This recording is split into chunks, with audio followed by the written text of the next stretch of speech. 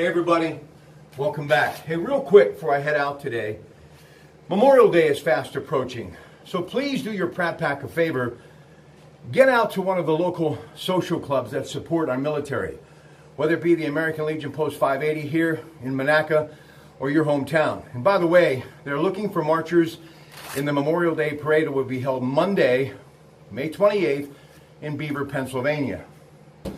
You know, a lot of us will take time to reflect on the significance, the true meaning of this special holiday by visiting a cemetery, obviously watching the parade in their hometown, and maybe even tuning into Turner Classic Movies and watching some great movies that have to do with historic moments.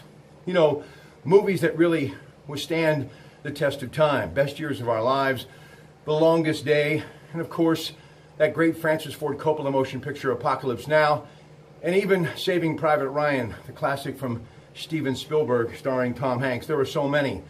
But I'm sure all of the people that I just mentioned would echo my sentiments. That's Hollywood. That's not war.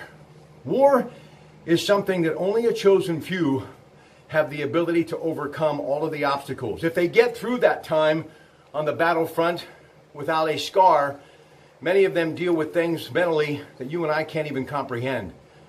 But one thing I have known, whether it's, looking back to trench warfare of World War I, obviously the European Pacific theater of World War II, Korea in the 1950s, Vietnam, of course, throughout the 60s and early 70s, and all of those flag-draped coffins that came back to this country of those young men who will remain forever young, and all of the time that we have spent in the Middle East, from Desert Storm to Iraq, and continuing to fight bravely in Afghanistan, I understand one thing.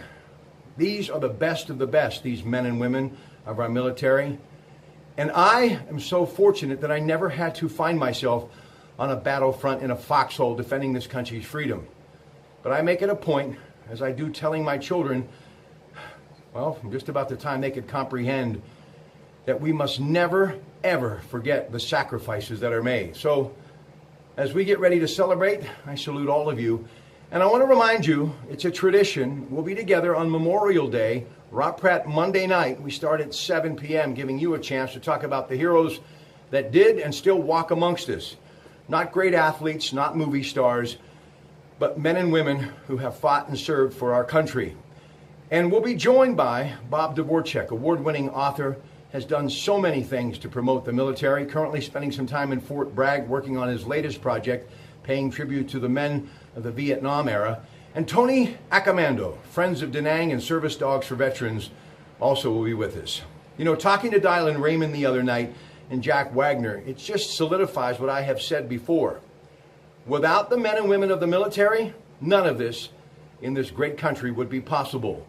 So even though we're not on a battlefield, please take it upon yourself in your own way to fight for veterans everywhere. God bless America, and good afternoon from your Pratt Pack.